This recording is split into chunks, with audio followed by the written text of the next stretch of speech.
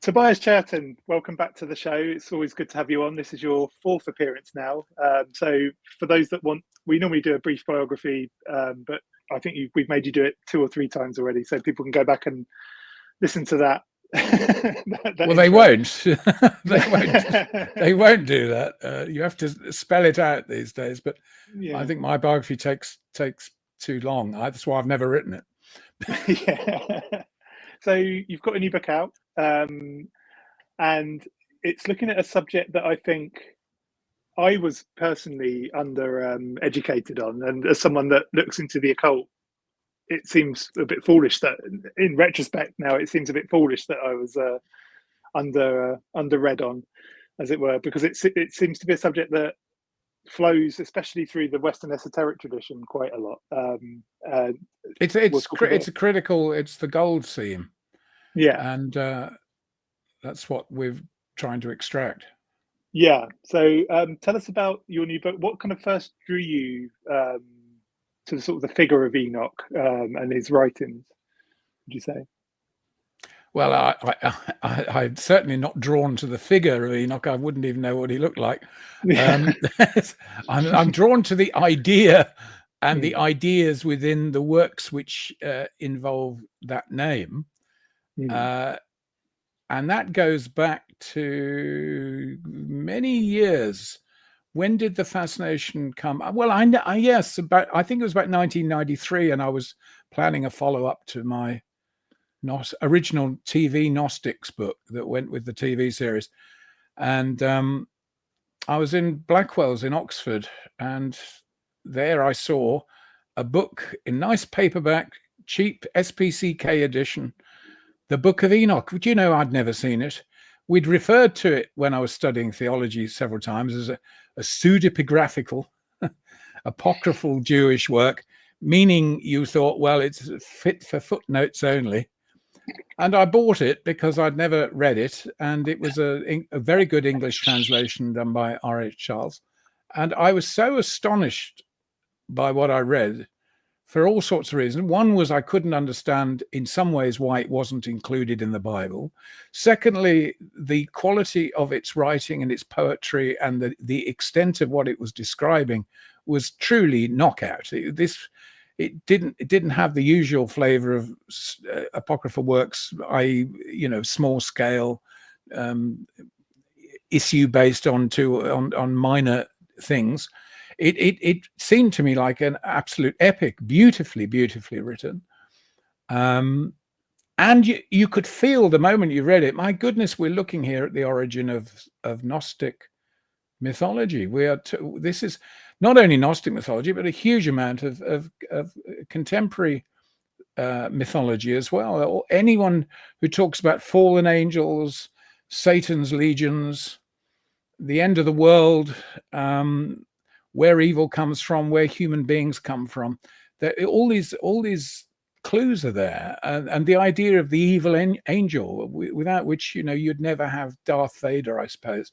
That sort of notion of super governance in the universe that might be malevolent, or that the responsibility for human disaster could come from another level.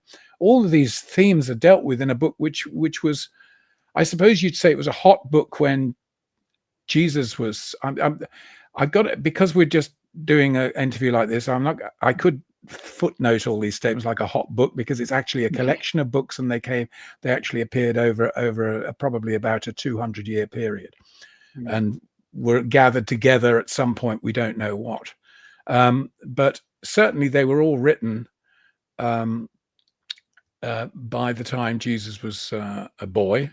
And this was the other stunning thing about the book, is I couldn't imagine that Jesus hadn't read it or had grown up with it as part of the stories that were being told in his household, and would have been, I think, essential to his whole religious plans and outlook.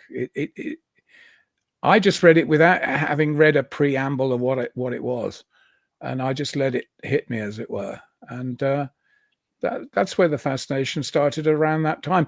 And then I found that it would creep in, it would not creep in, it would suddenly appear in different other studies. Even down to things like people talking about Aleister Crowley will talk about Enochian, the Enochian language.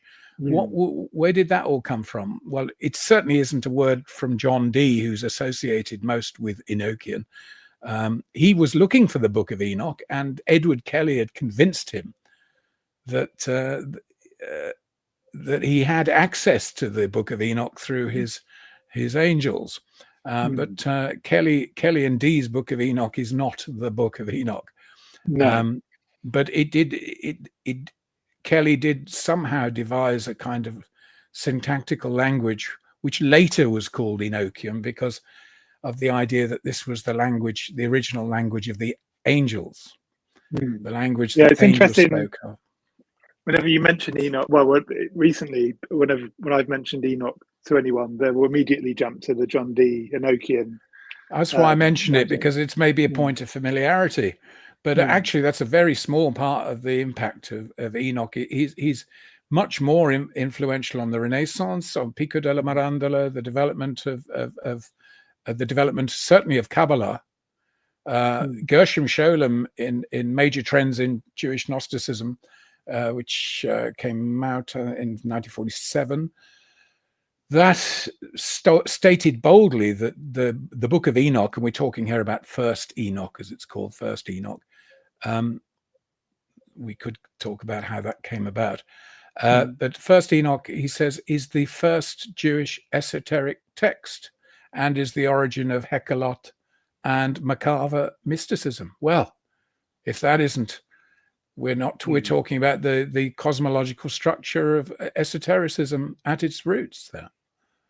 So a book of, it's a collection of literature of the utmost importance for understanding Western religion, exoteric and esoteric.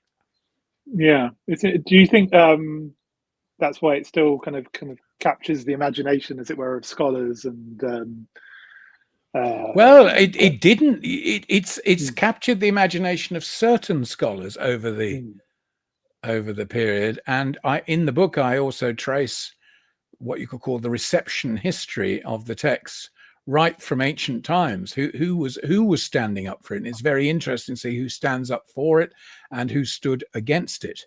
That's a very, very telling tale all of its own. So yes, some scholars are fascinated by it. I think there's been a revolution in attitudes to it since the 1950s, but that didn't really get going till probably after I was a student of theology, or it was starting to happen then. And the reason for the sudden, you could say, sort of turbocharging of the subject was the fact they found in the 1950s 7 separate fragmentary versions of books of First Enoch in Aramaic among the Dead Sea Scrolls. Well, that was immediately, that scotched the old view, which was that this was a Jewish text which had been somehow semi-Christianized in some way, because there is reference in parts of it, especially the Book of Parables, which was not found so far anyway amongst Qumran material, which refer to the Son of Man, which is a phrase we've all heard about from the Gospels that nobody knows. Very, very few people have a grasp on the meaning of this term that Jesus uses of himself, the Son of Man. Whereas once you've read First Enoch, the Book of Parables, towards the end, you are given an entire itinerary about this Son of Man character. Anyway, it's the fact that it's there with apparently sectarian, an arguably sectarian library, gives it an enormous importance, because we can also then date it to pre-Christian, i.e. the development of the Christian church. We're talking before these works have been written in First Enoch before the crucifixion. I suspect the Book of Parables was probably written around the time Jesus was a child, around that era. I think that would have been a hot text at that time. And you've got to remember, it is the only prophecy that appears in the Bible that is not in the Bible, if that's not a paradox. Yeah, true. In the Epistle of Jude, as we call it, the Greek, of course, is Judas, thought, and I think with very good reason, to be Jesus's brother, according to the references to Jesus's brethren in Mark 6. He quotes a nice lump from the Book of the Watchers, which is probably the most important of the little books that make up First Enoch, and with obvious approval as an authoritative text. So as far as the Epistle of Jude is concerned, Enoch is canonical, as it is indeed in the Orthodox Tewahedo Church of Ethiopia today. It actually sits there next to the Book of Job. But of course, the Ethiopian church was so obscure to Western religious development that the fact that it was part of the canon there sort of went practically unnoticed and unnoted. Well, of course, the other thing was another fascination for the Book of Enoch was that it disappeared, completely disappeared from the Western discourse. It's sometime in the late Roman Empire. It's like, now you see it, now you don't. By the time the empire's finished, nobody seems to know where this Book of Enoch is. It reminds me of the Gnostic kind of disappearance of a lot of the Gnostic texts. It's very similar, isn't it? It's yes. I mean, whether, as in the case of, say, the Nag Hammadi library, somebody's buried it, perhaps to escape censure. That's a possibility. But it is extraordinary that it didn't survive intact anywhere after the 5th century. It's interesting, and then disappears. Let me say this: I think viewers need to know that it then disappears until 1772, when James Bruce, the explorer, on his search for the Nile, spent a couple of years in Ethiopia, and he brought it back with him in 1772. We'll get on to James Bruce later. Well, he's very important. He's almost the Indiana Jones of this book in some ways, isn't he? It's kind of, I think he suffered a lot more than Harrison Ford. Let's put it that way. Yeah, certainly wasn't on his wages, that's for sure. That's right. So I guess we've started to talk about Enoch, but we haven't really spoken about who or what Enoch actually is. Should we, according to Scripture, according to the book of Genesis, he's 7th in line from Adam of the line of Seth. So Cain murdered Abel, so Adam has a 3rd son, kind of new beginning, and that's how we get Seth. And the Gnostics were very interested in this Sethian line, by the way. They thought it was kind of holy line. You get the Sethian Gnostics. He's 7th in line from, so he's the grandfather of Noah. His son is Methuselah, famous today for his longevity. We don't learn much about him other than some most remarkable statements, which is that Enoch walked with God and he was not, for God took him. And this was taken long ago to mean and to be understood that he never died. If you look at his dates, most of these ancient patriarchs are given extraordinarily long lives, 900 years, 800 years, something like that. Enoch only gets 365 days, and that figure, of course, is no accident. He's talking about the solar year, with which the Enochic tradition is very hot on. The solar year, rather than the lunar year, is God's proper ordering of the universe. So he's taken away from Earth. It doesn't say in Genesis any more than God took him, but around that statement, you can see it wouldn't take much imagination to give him a post-terrestrial existence, and that's what happens in the Enochic literature.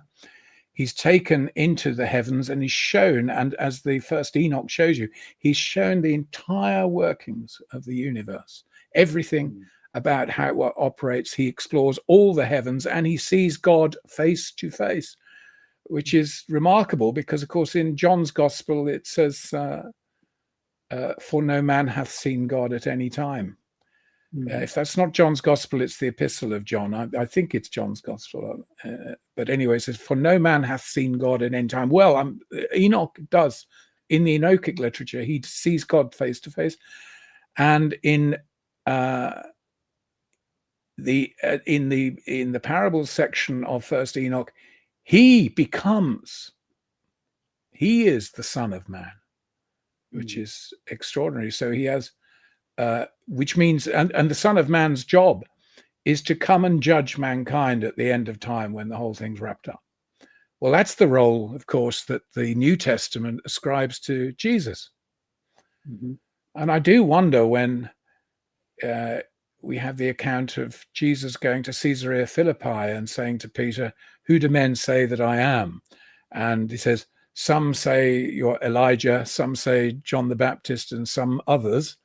That those others might have included Enoch, redivivus, come back to earth, because in the Enochic literature, Enoch makes occasional visits to earth on a divine commission to instruct Methuselah, his son, of the whole history of that God's plan for the human race and how it's all going to end. And to start with, it's to say what the flood is. There's an impending doom facing sinful humankind. Although in the Enochic tradition, it's not quite just a question of human beings sinning. It is to eradicate the effects of the wicked angels, the watchers, as they're called, the wicked watchers, who've come down on Mount Hermon to have their wicked way with the women of earth, who they've admired from above and been got terribly excited over. And when they have relations with human women, they produce, through miscegenation, giants of thousands of feet high, who then torture and murder everything they can find and are completely uncontrolled. And that is why it is when God is finally acquainted that this has gone on, that he sends Enoch to read the riot act to the watchers. And he goes to Dan to do this, which is interesting because that is that in the New Testament, Dan was effectively Caesarea Philippi, which is where Jesus asks his disciples who men say that he is. And that was a holy site at Panias, where the source of the Jordan was supposed to be. And there's caves there today. Unfortunately, it's very difficult to explore that area at the moment because of the war, because it's right on the Lebanese border. I'd love to go there, I must say. I think it's pretty well where Paul had his Damascus Road experience, because in fact that is where the road to Damascus it goes through, and you can still see the Roman bridge that he'd have walked along. It's interesting, this idea of, because it pops up a few times in biblical texts, of a kind of a character being sent to judge humans, and obviously Lucifer is one of them, as well, or at least the title of Lucifer is mentioned in the Bible, like Lucifer being a kind of a prosecutor for God. Originally, obviously before it became Satan, for say, Satan. Satan. Sorry, not Lucifer. Satan. Yeah. Sorry, no. My bad. No, Satan in the Book of Job, wisdom text, is God's prosecuting counsel in the court. In the court, you've got to remember they've had this idea that God had a court like a king did, with people coming and going, the angels and archangels, and he sees the Satan. It's the Satan. That's it. Satan is not his name; it's his function. It's a title, isn't it? Yeah. It means the adversary. The adversary, meaning is adversarial counsel. So he's the barrister for the prosecution. So God then says, "Well, have you got anything on this Job character that he should be judged?" And this is the whole point. He asks the Satan, "What have you been up to?" He said, "I've been walking up and down the earth, and I've seen some interesting things, as it were." And the name of Job comes up, and God says, I know this to be a righteous man. And Satan says, no. It's all a show. It's a show. And they have a kind of wager, as it were. Satan says, I think if you take away all his benefits, his family, his health, his money, he'll curse you. And God says, no, he won't do that. And that's the story of the book of Job. But I don't know how we got onto that, but you do see this evolution of the figure of Satan in Jewish literature. If it's not a straight evolution, there are clearly different traditions. Yeah. Certainly by Jesus' time, the Satan has become a negative, a wholly negative force, similar to sort of Persian views of Ahriman, a dark force. And there's reference in John's Gospel to the Archon of the world, Archon to Cosmo, which is translated as the Prince of this world. And Jesus at one point has a vision. He says, I've seen the Prince of this world has just fallen. If only, is all I can say. But I think the Enochic literature has a lot to do with this idea, even though I think Satan is very, very rarely mentioned in the Enochic picture. The leader of the rebel angels in the Enochic writings is either Azazel, which is interesting because that was a name that they gave to the scapegoat at Passover, either Azazel or Shemihaza. So those are actually the names of the rebel angels. As the mythology develops, of course, those names disappear, and you have Satan and his legions. Yeah, I think it was more the thing that struck me was these kind of prosecutors that are sort of sent in the Bible and biblical texts. That was kind of because Enoch sort of becomes like a prosecutor for a while, doesn't he? He's the I think troubleshooter would be more like it. Troubleshooter, yeah, that's probably a better word for it. Yeah, he's the troubleshooter. He doesn't at this point make the judgment himself. He conveys God's judgment to Shemihaza, Azazel, and the wicked watchers, who are resting from their labors of having introduced sin to mankind. There's even a line in First Enoch where it refers to Azazel, to him ascribe all sin. To him, in other words, human beings' sinfulness is the product of this breach between earth and heaven that's taken place. And that's that. The scholar Gabriele Boccaccini has made perhaps too much of this, I think. But for him, that's a defining characteristic of Enochic theology, which is that the existence of sin on earth is of supernatural origin, and therefore human beings cannot by themselves overcome it. And that's not a view, of course, of our modern liberals who believe that sinners should be eternally shamed, certain particular sins as well, if we know what they are. Funnily enough, they don't include murder, rape, or even adultery. That there are now social sins that can't be forgiven, as far as I can see, without strenuous re-education on the Chinese model. But sorry, footnote aside, this idea that sin requires supernatural intervention to see it off, that is the entire rationale for messianism. That's what the messianic. You have to send, to use the Indian term, an avatar, as it were, from a higher world in order to eradicate sin. And St. Paul famously in his epistles ascribes that eradicator of sin to the operation of Jesus Christ. But there is already a kind of Enochic prototype for that operation. The other interesting, you've made people often wonder what's all this stuff about Jesus casting out demons from people. You can only fully understand what that's about by understanding First Enoch, because when God sends the flood to destroy the giants, he only destroys their bodies because they're of heavenly paternity. their spirits are immortal, so they can't be totally destroyed. So they have to be contained. They're either sent to dark places under the earth, caverns, or stored in various places, or they come to haunt particular places or people.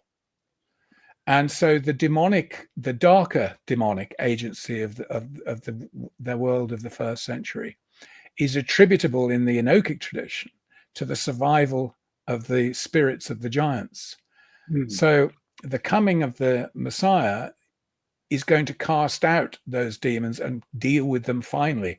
And it is in the Enochic writings that God has this idea that if he puts the spirits of these giants, ex-giants, I should say, into eternal fire, then, because they are eternal, then they can be permanently controlled. And it's fascinating to see how that image is taken over in the history of the Catholic and Orthodox Church as fit punishment for all sinners. So you have this, what many people thought was a totally immoral notion that God will punish sinners by eternal fire in hell. But that in fact was a practical method to deal with the immortal spirits of these wicked watchers, offspring. That's how it comes about. Now you have the tale in the New Testament of Jesus casting out a legion of devils from the madmen of Gadara, and they hop into the pigs, if you remember, who throw themselves and drown. Fascinating story. Makes much more sense in the Enochic context. Interesting. Before we get on to James Bruce, I guess I'm kind of interested. What is the kind of mainstream kind of Christian view of the Books of Enoch? Are they they're not canon to them, are they? But they are sort of held in some sort of reverence, I believe. Is that reverence? Well, no, reverence. I don't. Not in the Western churches. Certainly not. Certainly not now. Anyway, it's very interesting. Bruce brought back a copy, in fact, 4 copies of what we know as First Enoch, and that was in 1772. He brings them to England in 1773. There wasn't an English translation of the Ge'ez, which is the language they're written in, which is the Ethiopian written language, Ge'ez. There was no translation accomplished until Richard Lawrence's of 1821. Wow. So, nearly 50 years before there's even an English translation, because nobody knew Ge'ez well enough. You might argue there wasn't sufficient interest. There's also another factor that there was great interest, especially in Germany and France. More interest there than in this country, it should be added. The Germans were hot on seeing the importance of Enoch. And on the cover of the first English translation, it is announced very quickly in the writing, an apocryphal text. And what it's saying, once you use the word apocryphal, which actually means a secret book, but it's come to mean to most people something without authority, a story with understand. Certainly, Lawrence, who was a bishop in Ireland, by the way, he and as well as Oxford professor of Oriental languages, he uses the word apocryphal, meaning this book cannot be used to make doctrine. It doesn't have authority. So that is stamped on the first ever English translation. And then you throw in the other word that's certainly I associated it with when I was a student, pseudepigraphical. The pseudepigraphical means the authorship is false. It wasn't written by Enoch. Now, the authorship of Enoch was disputed even in the early Christian church, and was one of the causes, to answer your question more directly, of why some churches, assemblies in the Christian church rejected it. They said they couldn't. How could it have survived the flood anyway? That was you know, and it challenges. It seemed to challenge Moses, the authority of Moses, to whom was attributed the first 5 books of the Bible, the Pentateuch, including Genesis. So Enoch is coming up with a different story. So, well, if it was written by Enoch, well, they better accept it because he's 7th in line from Adam, so he's closer to the facts than Moses ever was. So it becomes doctrinally important to denigrate the authority of Enoch. But at the same time, you have Tertullian, who was no mean anti-heretic writer, and you have Irenaeus. Both are familiar with Enoch, and both are regarding it as a prophetic text of authority. I think it's not really till Origen in the 3rd century who makes a much more defined statement that a lot of people in the church don't accept the Book of Enoch. But it's not really until Augustine, and Augustine is scathing about its significance and will not accept it. And after that the Augustinian view from the 5th century onwards becomes the orthodox position, absolute. And when Athanasius in the 360s draws up his canon of what's acceptable literature, I mean, obviously not only the Gnostic books weren't included for sure, but he also drops the Book of Enoch, which means it wasn't permitted to be used in Egyptian religious assemblies under his jurisdiction. And we may presume that occurred elsewhere. So it was acceptable Christian literature in the early church.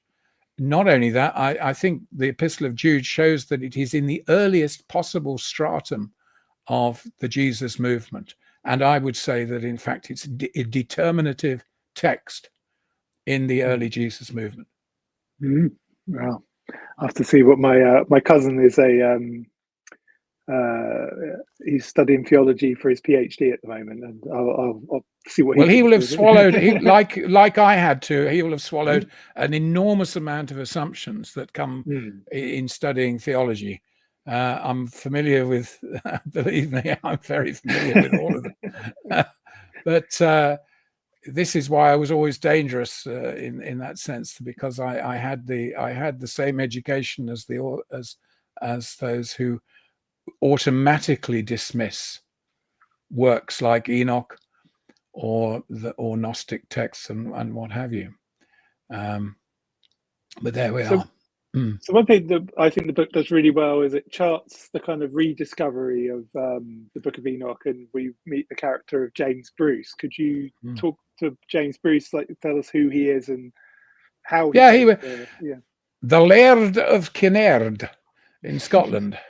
He was an explorer, you would say an adventurer, direct descendant of Robert Le Bruy, or Robert the Bruce, as we call him, as he's called. His descendant is certainly, when we interviewed him back in the 90s, was head of Scottish Freemasons. He was a Freemason himself, not surprising in that era, and very rationalist. He's a very rationalist man who does. He actually, when he published his multi-volume account of his adventures in search of the source of the Nile, about 10 years after he got back from Ethiopia. He's very critical of the Book of Enoch. I think there are several factors there. One is he wasn't able to read it all. He claimed that he was going to translate it, but strangely never did. He just didn't know enough Ge'ez to take it on. Where he does appear to have translated it, in fact, there were little sayings collections, quotation collections from Enoch that existed from the Byzantine period. And all the early translators naturally used those quotations, which made some of the translation a lot easier. If they could at least get a few words, and they could use if you get my drift. Anyway, so he thought the story, he funnily enough, he dismissed it as a Gnostic text, a heretical text. Now that's also odd, because he's the man who brought back the Bruce Codex, as it's called, which is two Gnostic writings of great importance to our understanding of the Gnostic doctrines. He brought those back with him from his Egyptian travels, but he divorced himself. He didn't want to be associated with the doctrines. He thought the idea of giants eating people and so forth was too absurd to be tolerated.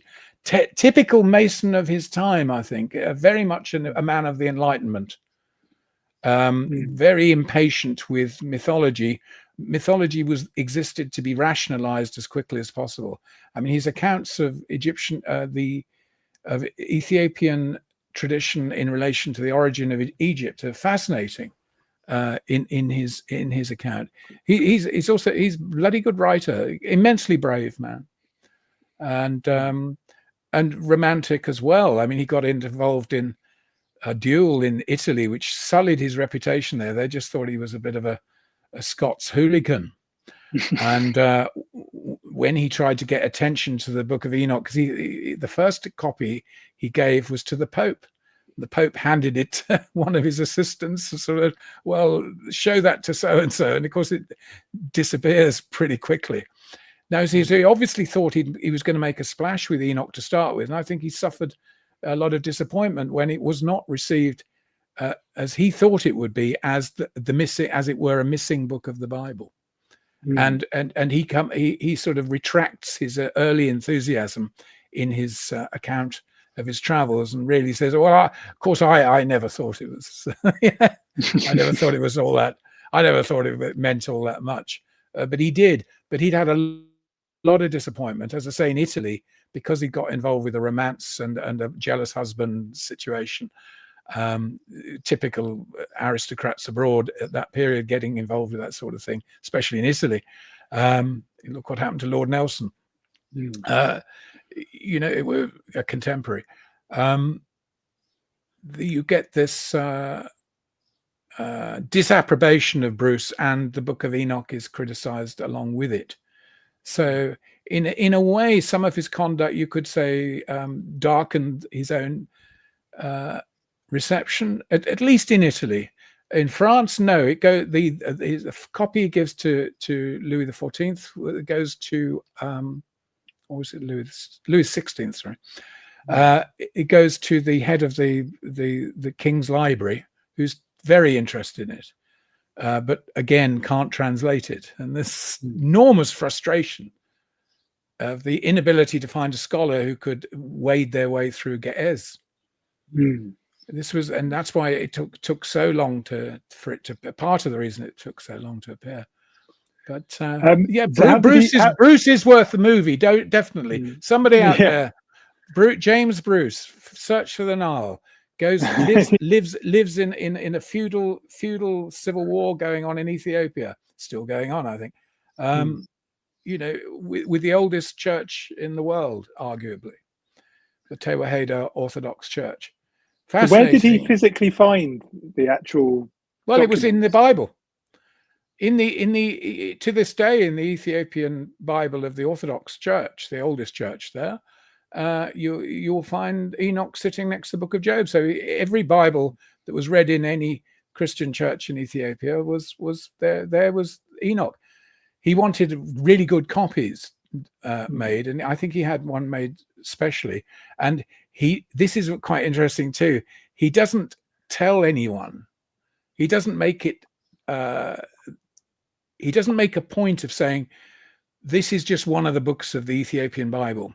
He presents it as the Book of Enoch, as a special, separate thing, and that's part of his program for getting it to be accepted, and his name with it, because it's the great discovery of one of the most sought after lost books in history, if not the most sought after lost book. He didn't find the source of the Nile, but he did find the Book of Enoch.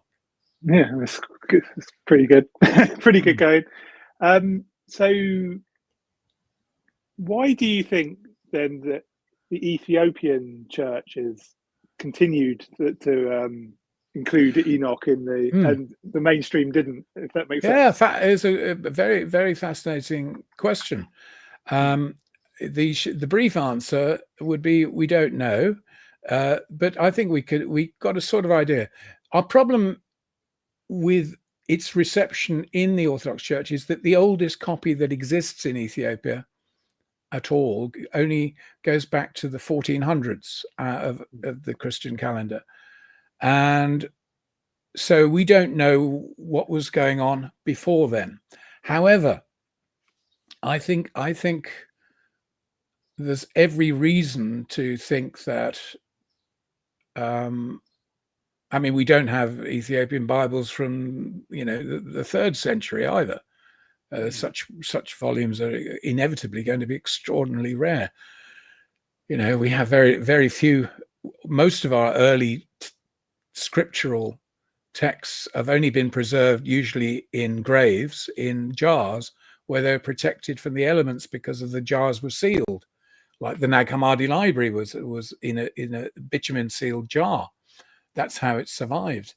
The Codex Alexandrinus, Codex Sinaiticus, discovered in Egypt from the 4th century, were preserved in desert libraries. Again, no damp or precious little, and in protected circumstances. So it's no surprise that in fact, it's more miraculous in some ways that we have copies from the 1400s, given the climate in Ethiopia, which, you know, can be quite extreme. Now, I think what happened was, we know that the Catholic Church was trying to send, I mean, I don't mean the Roman Catholic Church, I mean, what was the Catholic Church before the empire was divided? We're talking late Roman Empire. I think it was Frumentius was sent, I think in the 400s, by the Bishop of Alexandria to make contact and to convert Ethiopia, and perhaps little realizing, or inadequately realizing, that in fact the Christian church had already taken root in Ethiopia. You have that reference in the Acts of the Apostles to Philip meeting the emissary from Ethiopia who takes back the gospel, and you know, all of that, and Haile Selassie's mythology that Ethiopia is the first Christian kingdom, all of that. So I would imagine that what happened, because other than the Dead Sea Scrolls versions, our earliest copy of parts of Enoch, again found in a grave in the Thebaid, which is where Bruce found his Gnostic material, very close to Nag Hammadi, and the site of where the Gnostic Gospels were found. They found a Greek version of the part of the Book of the Watchers, wrapped up with some other Christian material. And what you had at that time in the 4th century, usually the transport of gospel texts, you might have one gospel with a letter of Paul and maybe another Christian work that was not, in our terms, canonical, but would have been used in churches. I mean, there were quite a few works that were that were borderline, that either were accepted or not, but also you had letters from bishops. And so you had these little collections of these papyri. So you might have the Book of the Watchers and the Epistle of Peter, First Epistle of Peter, perhaps, and then where we've got fragmentary gospels, like the Bodmer collection in Switzerland, they're in these little things. Very rarely do you get, you know, a complete Bible or any as we knew it, because there is no complete Bible at that point. It has to be compiled after you've got a canon. And the canon was not agreed, as I say, and and even Athanasius's canon was disputed. But I imagine that in this transport of literature coming from Egypt, Enoch reached Ethiopia in an early period, I would have thought before the end of the Roman Empire, as part of Christian and Jewish scripture, and it simply was accepted as part of that depositum. I think you'll also find in the Orthodox Church of Ethiopia several Jewish works that are no longer in the Jewish canon were accepted, like Jubilees, the Book of Jubilees, which has an Enochic content as well, and is certainly found in the at Qumran with the so-called Dead Sea Scrolls. And so I think it was simply part of the religious literature of the time, and it wasn't unusual that it became there. The only difference is that I don't think the Ethiopian church heard the kind of skeptical voices that you were going to hear when you're in the Mediterranean basin and listening to Greek scholars and clergy in Alexandria or Rome pronouncing what should be there. Ethiopia doesn't participate in the divisions of the Mediterranean church. And for that reason, they're not disputing that that's scriptural prophecy. And that raises a wonderful question. If we all had grown up with the Book of Enoch as part of our Bible, would our religion, as practiced in institutional religion, be any different? Well, if you take the Ethiopian model, and it's worth saying that obviously Ethiopia bypassed our Reformation. They haven't gone through the critical period, the so-called Enlightenment. Back to our traditionalists, so-called Enlightenment. To them, sacred literature is sacred literature. If you read the Book of Enoch, I defy anyone to read it and not feel that it is a sacred book, in the sense that it has an aura of sanctity and righteousness about it. There's no question. Certainly, okay, the story of the Watchers is odd, but then again, so is Genesis's account of the giants. If you may be familiar with, there were giants in the earth, and the Nephilim, which are variously interpreted. I think anyway in Genesis, something like the Watcher's story was once there, part of, and has been edited out. Because if you read that part of Genesis, it's obvious a lot of editing has taken place in the account of the sons of God who are enamored of the daughters of men. Sons of God is the name for the angels who operate in the heavenly court. They, in the book of Genesis, which is totally canonical, they fall in love with the men, but after that the picture gets very hazy, and the subject is very quietly, as it were, forgotten. It's just a little hint of it. Now, whether the Enochic tradition was based on a Genesis text, or whether they shared common material, we simply do not know. But certainly the Book of the Watchers was probably in existence in the early 2nd century BCE, about the time, I think we're talking around the time with the final, well, not quite final, confrontation of Greek power, i.e. the Ptolemies from Egypt and the Seleucids in Syria, who were the descendants of the generals of Alexander the Great, fighting for control of Palestine or Judea, depending how you want to say, what phrase you was appropriate. I suppose Judea, but that was the name of only part of the kingdom, and Israel gets absorbed very early on. I mean, don't go into all that. Well, it's sort of huge. Is what do you call the homeland of the Jews in the 3rd century BCE? There's no exact way of living, because part of it's controlled by this power, part of it's controlled by the Ptolemaic Egyptians. Anyway, when they're fighting it out at the Battle of Panium in about 198 BCE, certainly I think by then we've got the astronomical book, which is a very important part of First Enoch. That's probably in existence then. I have a feeling that the story of the Watchers may reflect the attack of the Seleucids from Syria, because the Battle of Panium is fought just at the base of Mount Hermon, and Mount Hermon is a very critical location in First Enoch, which is where, right by Dan, in fact, Dan, Caesarea Philippi, and where, according to Matthew, if you read it carefully, the idea of the ascension seems to be associated there, as well as the transfiguration. So Mount Hermon, I think, is a very significant religious site. So I don't know how we got onto that. We were talking about Ethiopia, but there we are. So you, in the book, you kind of, I'm going to murder this name, by the way. I'll pre-warn you because my brain isn't working properly, as I've explained to you already. But you draw like a parallel between Enoch and figures like Hermes. Say his surname for me. Well, it's not me what drew that parallel, Squire. It's been drawn from since ancient times. The late Roman Empire.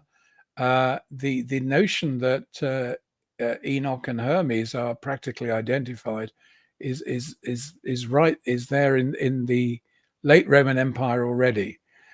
And I think one of the most exciting parts of my book, from my point of view of my contribution to the subject, is this whole question of who came first. Was it a Jewish esoteric Enoch, or is it Hermes Trismegistos, the Egyptian and Hellenistic sage? And in the process of studying that connection, I discovered something that was discovery for me. I don't mean I found it in the earth or something. I discovered that, much to my immense surprise, because nobody had ever mentioned it in all my life or in any book I'd ever read, that there was a Jewish temple in the Nile Delta in the period we're talking about, the 2 centuries before Christ, and for most of the century, the 1st century. There is a Jewish temple in Egypt, established by a high priest from Jerusalem, deposed by the Greeks from Syria, the Seleucids, named after the general Seleucus, who was one of Alexander the Great's generals. After Alexander the Great died in the 330s, if I remember right, maybe a bit later, BC, his generals took over parts of his empire. Seleucus took over Macedonia, Syria, parts like that, and then the Ptolemies intermarried with the Egyptian royal family, produced Ptolemaic Egypt, which is why all these books in Egypt are written in Greek, and why Greek culture is key to that era. At that time, Judea is drenched in Greek culture, absolutely so, and all the religious divisions which we become familiar with in the New Testament period have a great deal to do with the fact that the priests of Jerusalem had been divided for 200 plus years over the place of Hellenist, i.e. Greek culture, and its influence on the Jewish faith. This is absolutely critical. The Sadducees were happy with anything Greek and were able to accommodate the Romans, and the poorer priests were very suspicious of the effects of Greek involvement. This is a very critical aspect. Anyway, so you get a priest who has been deposed, probably Onias III, who's being deposed by the Seleucids. He goes to the Seleucids' arch enemy, Ptolemaic Egypt, and gets the agreement of the pharaoh to build a temple, a kind of version of the Jerusalem temple, built in the Nile Delta, in the Heliopolitan nome or district. And we would be I dare say archaeologists would be busy exploring the site were it not for the sensitivity at the moment political about Jews, especially digging in Egypt. As it's not an Egyptian site, i.e. it's not going to bring tourists to look at Ramesses or Akhenaten's remains or whatever it is. The Egyptian antiquities don't really want to know about a place that's still called Tel Yehudie, the hill of the Jews. But you can read about it in Josephus. Now, I personally think that the community was a Jewish community that grew up around this temple, which had its priests, had something to do, I personally believe they had something to do with the development of the figure of Hermes Trismegistus, who I think is a Hellenist acceptable or Roman acceptable version of Enoch. So many of the stories that are told in the Hermetic writings reflect a philosophical version of what is obviously an apocalyptic book, namely the Enoch stuff. And I don't think scholars have really got yet to recognize just how close the early intuitions were of people, including Islamic scholars in the 7th century, in the 8th century, who identified their Idris from the Quran with Enoch and with the figure of Hermes. That Hermes Enoch identification was there from at least the 8th century CE, and I don't think it's accidental. I think it was a correct intuition that in fact they are based on the same period. And I must say, if you ask me for my opinion, and this is only an opinion, I think Enoch comes first, and the Trismegistus character is a how can I say, Hellenist light version. Like a reinterpretation kind of thing. Or... Yes, a philosophical one that's a lot. It's considerably drier. It's considerably less fiery. It's Pacific. But you have the same idea. At least there are many ramifications which I go into in the book and list them clearly.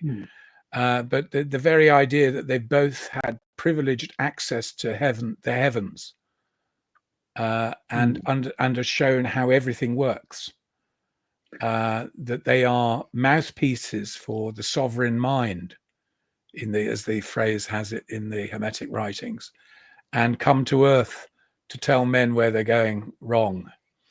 I think yes, I think without Enoch there would be no Hermes Trismegistus, and without Hermes Trismegistus, according to some scholars, you don't really have a spiritual renaissance. You don't, and the ramifications of all this are enormous. So you also make a connection with the Metatron. Well, it's not me that makes that connection. It's a work called Third Enoch, where Enoch is identified with Metatron. And Metatron, of course, is an important figure in Kabbalah, the Kabbalah tradition, as being a kind of he's described as a little Jahve, seated, enthroned next to the supreme God. And he's like the ultimate deity's vizier. And Pico della Mirandola writes that Metatron, writing in the late 15th century in Florence, he says Metatron represents the capacity of the human being to attain to divine mind, and he represents that. And in Third Enoch, which was discovered in the Bodleian Library, the manuscript dated in the 1600s, in Third Enoch, but the actual original text, we don't know when it came about. It's usually dated sometime between 100 CE or AD and maybe 1200. That's the latest. That's the most skeptical view of it. I think an earlier date, but it's quite different from Second Enoch, and it has only a thematic link with First Enoch. There is no real sense of a tradition. It's taking aspects of Enoch as a name and saying something about Metatron. Metatron is the important part of it. But what is interesting is that you can see Metatron then as a development of the Son of Man figure in the Book of Parables, Enochic Parables, and in Second Enoch, where Enoch becomes the supreme archangel, even beyond archangel. His whole being is exploded. I mean, marvelous description of how he becomes a kind of mega being.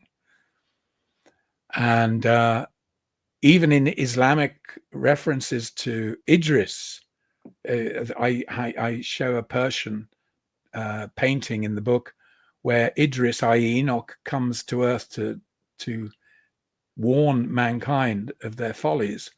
He has a veil across his face. Now, this goes back to second Enoch, where because he's become superhuman, his face has to be frozen. It says frozen, to come to earth, because the effect of his real visage on human beings would be devastating. I mean, this is almost like science fiction, isn't it? You know, so he has to be veiled. In the Islamic one, or in second Enoch, he says his face is frozen, so that people won't feel the heat and the power, sort of atomic power that exists in the heavens. It's a quite extraordinary consideration. You know, normally we normally think of when, you know, God sends a being, we don't really think of, well, did they have to have breathing equipment? I mean, do they have oxygen in heaven? Somebody's thought this through and thought, well, a super being isn't going to be able to just automatically relate to human life. You could see little long distant threads of that in the War of the Worlds story, where the ultimate wicked aliens or watchers succumb to the common cold. It's interesting. So, you know, and then you could, of course, reverse the thing, and that it's the alien that produces COVID or whatever it is. I wonder if it almost reminded me a little bit of Philip K. Dick or something like that. A very kind of Dickian kind of science fiction sort of almost feel. Well, I've always thought that most of the effective science fiction is just religious literature relayed as science, as opposed to mysticism. You know. Yeah, I think I mean, even the names that people use, everyone's got all the figures have kind of Greek sounding names, you know. Tron, Tron, that Metatron. I'm sure I'd be amazed if there isn't a computer game somewhere with a Metatron figure on it. Oh yeah, it wouldn't surprise me. It's made for it, isn't it? Of course, Philip K. Dick himself became very he had a sort of some kind of spiritual awakening, kind of strange religious experience, and so I think that you're right about that kind of tie between science fiction and religion. It's definitely something there, isn't there? I think. But yeah, of course. Well, what else is there to think about? The two best things. No, so there's been a rise of interest in Enoch again recently, especially in spiritual communities. Why do you think that sort of? Why is there suddenly a modern kind of? I think there are all sorts of strands contributing to that. One of them is obviously science fiction itself. There's been a lot of speculation of, visitations from beings that have taught us everything. I mean, the thing about the Wicked Watchers, they teach man all his arts. So it's kind of wholly innocent before the Watchers come. But when the Watchers teach men how to make weapons, how to make cosmetics, how to make anything that could be used to deceive, damage, kill, or manipulate. So presumably that includes, the financial systems or any form of deception.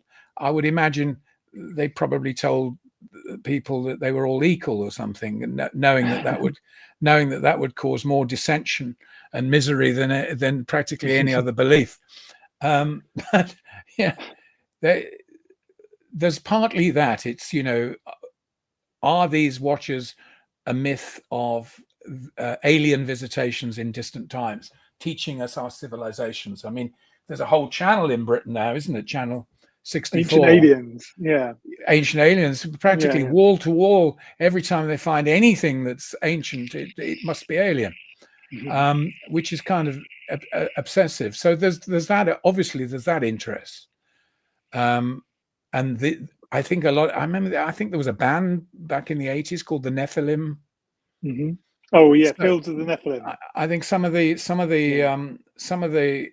more Crowleyan type, punky, new wavy, whatever what it is, experimental, loud, but not thrash metal bands necessarily. They like this notion. I think this idea of the giants and all that. They appeal to imagination in the same way that certain brands of science fiction do. I think also there's just a straightforward religious interest that this has been a lost book and people don't really know about it. And so it fits into the conspiracy theory view of history that this book has been suppressed deliberately. It was suppressed. Why is it now coming about? That itself becomes a conspiracy. Why is it now being released? Are we in a period of revelation where all these suppressed truths are coming out? So there's that kind of interest as well. Is any of this interest healthy? Could be a question. I don't. I think a lot of it is rather unhealthy. I think anything which tends to a kind of paranoid view of history and man's place in it, and that somehow we are anciently damned in some way, or there are powers so beyond our ken, either sitting behind government or secret government, Illuminati, all of that notion that we're being manipulated by powers obsessed with occult power or mind control, all this stuff. Anything which gets us away from the fact that some of the facts of life. I mean, there are perverse characters who live out myths, so I don't see it as impossible. That's what I mean by it's unhealthy. Eventually you're going to get people with power who do believe this stuff. They've grown up with it. It's part of their mythos. Now it may be that the period of the disciples, they were living a myth as well. Maybe they'd swallowed so much messianic stuff that it had turned their heads to some extent. Certainly people thought Jesus was going to come back. There's no doubt of that.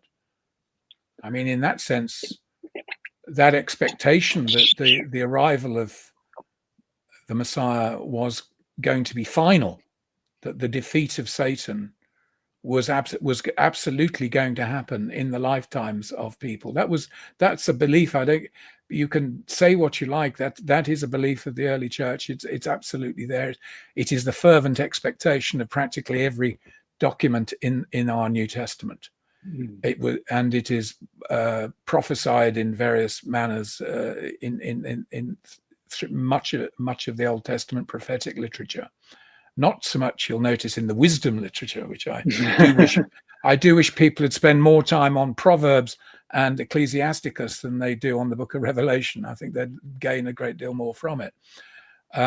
We are talking about an apocalyptic movement that existed before Jesus' time and exists afterwards, and is infected. You could argue the church, such that some churches seem to be utterly obsessed with the Book of Daniel, Book of Revelation, and they managed to forget an enormous amount of other important religious material. Who's that church? There's a church in America, isn't there, that became quite famous for that. They protest everything. I've forgotten their name now. What are they called? I can't remember. But there are so many. Yeah, exactly. Yeah. My dad, when I was a boy, it took me round to every church he could find. So I had experience of Christadelphian, Seventh-day Adventists. I went to Mormon induction classes. I went to Catholic Church. I went to Church of England. I went to Baptist, and I went to Methodist churches when I was 10, 11, 12 kind of time. And that was very instructive for me.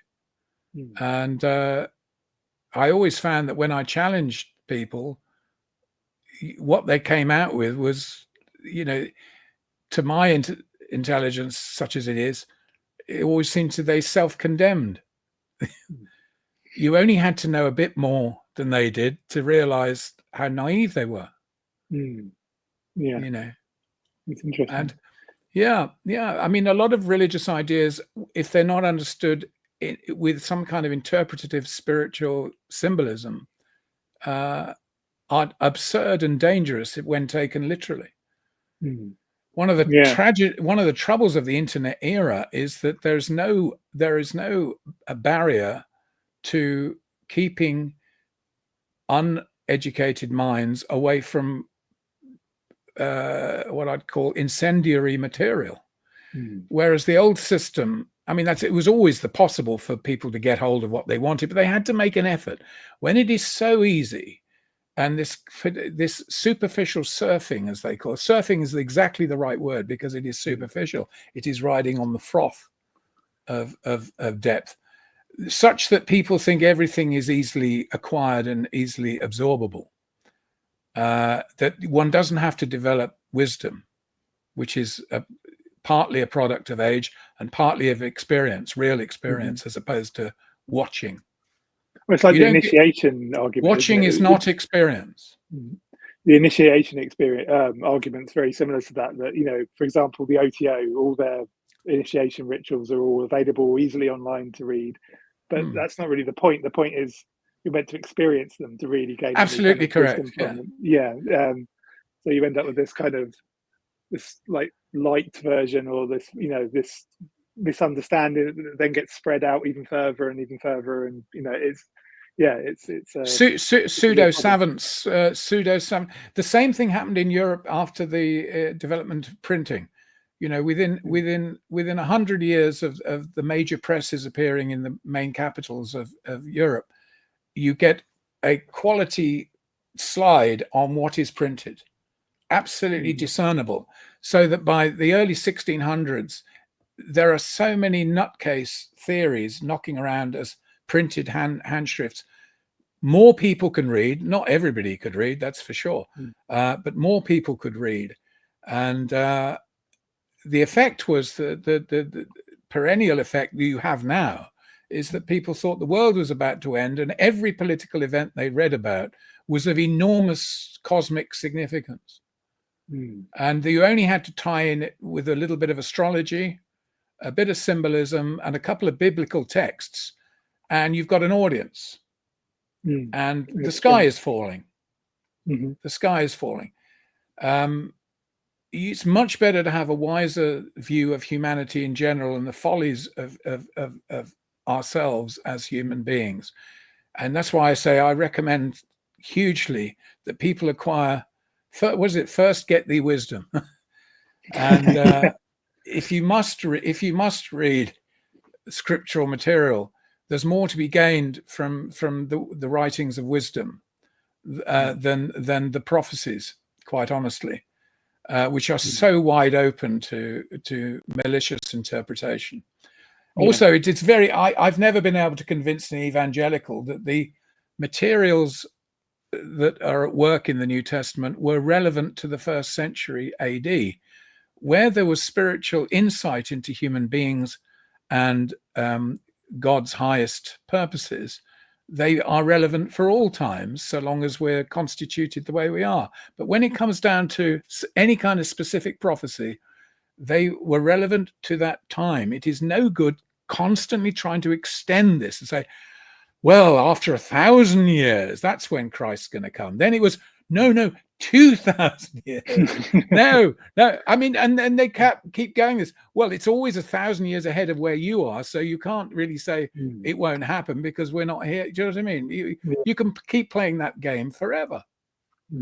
And they do. And they do. And it is dangerous. It is dangerous.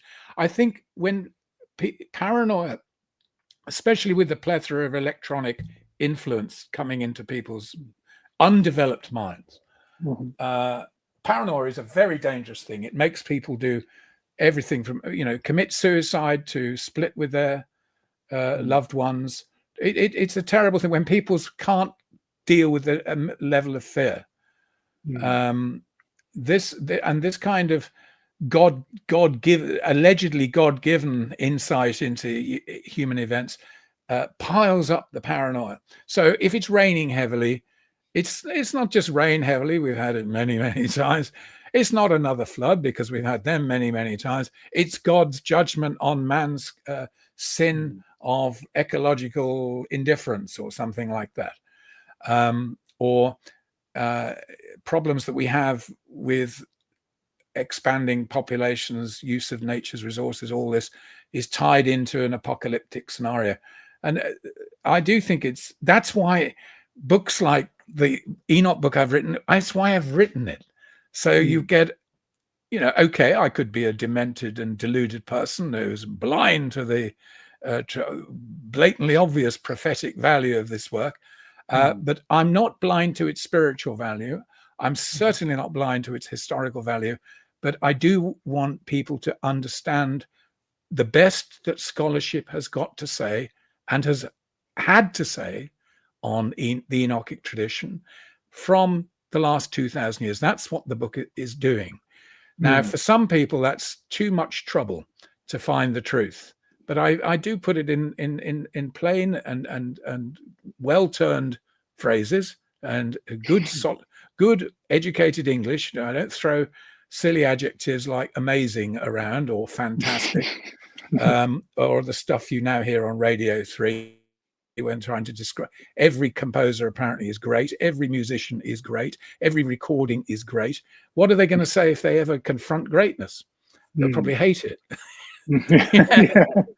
True. But no, if you want to know about the work that's been done on Enoch by intelligent, sensible, and exciting personalities, by exciting I mean learned and got something to tell you, then you'll love this book. I read it recently and I liked it a lot more than when I was writing it.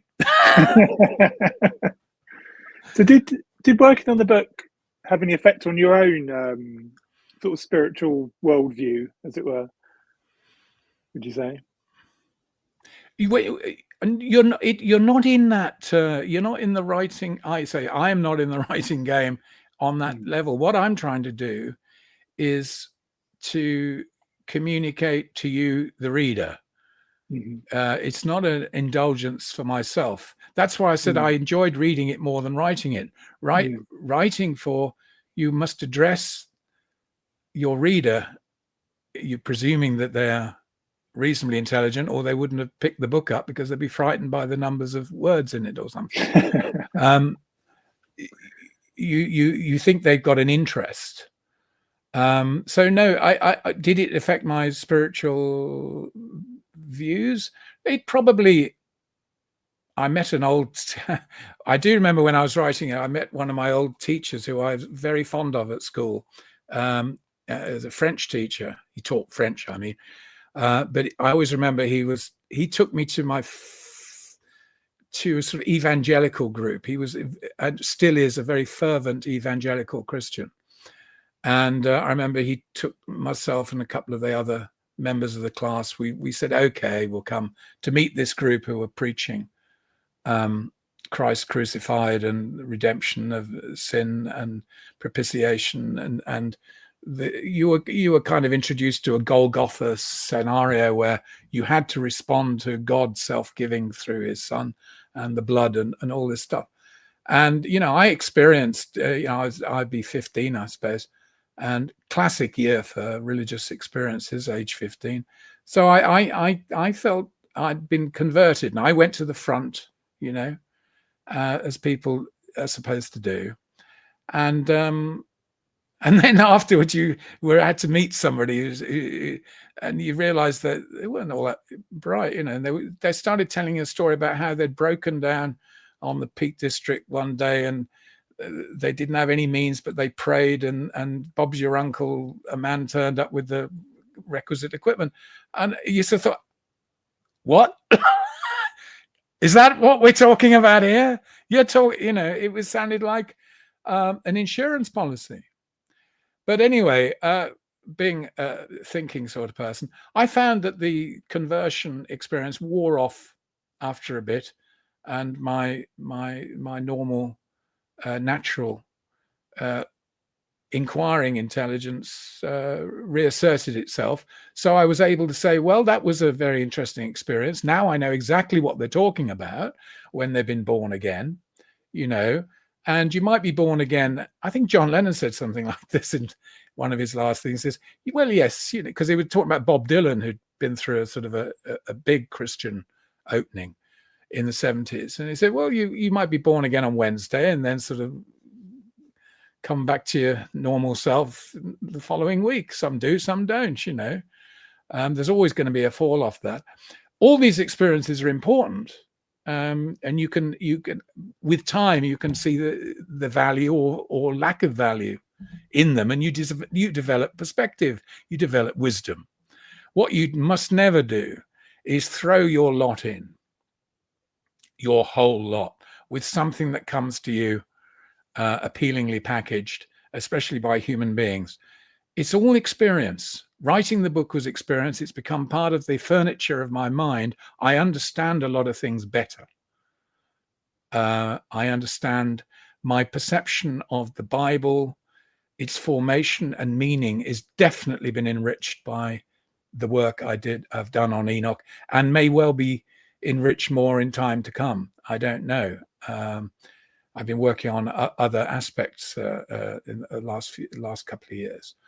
And then there's something else I'm going to work on as well. So without that step, without those bricks, I wouldn't be getting to another window where I'm going to see something. So in that sense, it's personal. But when I find something really worthwhile that I can put in good English and rationally talk about things that are not just rational, then I want to communicate that to people, because I have a strong belief in the value of it, that they should consider this information, not believe in it, God knows, not asking or would want that. One man's religious experience is no reason to convince another.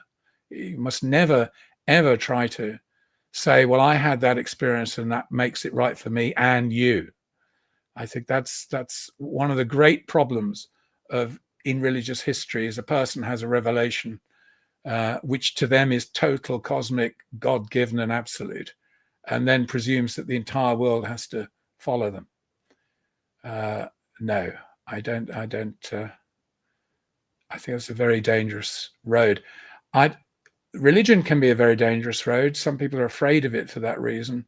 But I think I've had a few wise guides in my time, but the best guide ultimately is honesty to your own experience and a high ideal.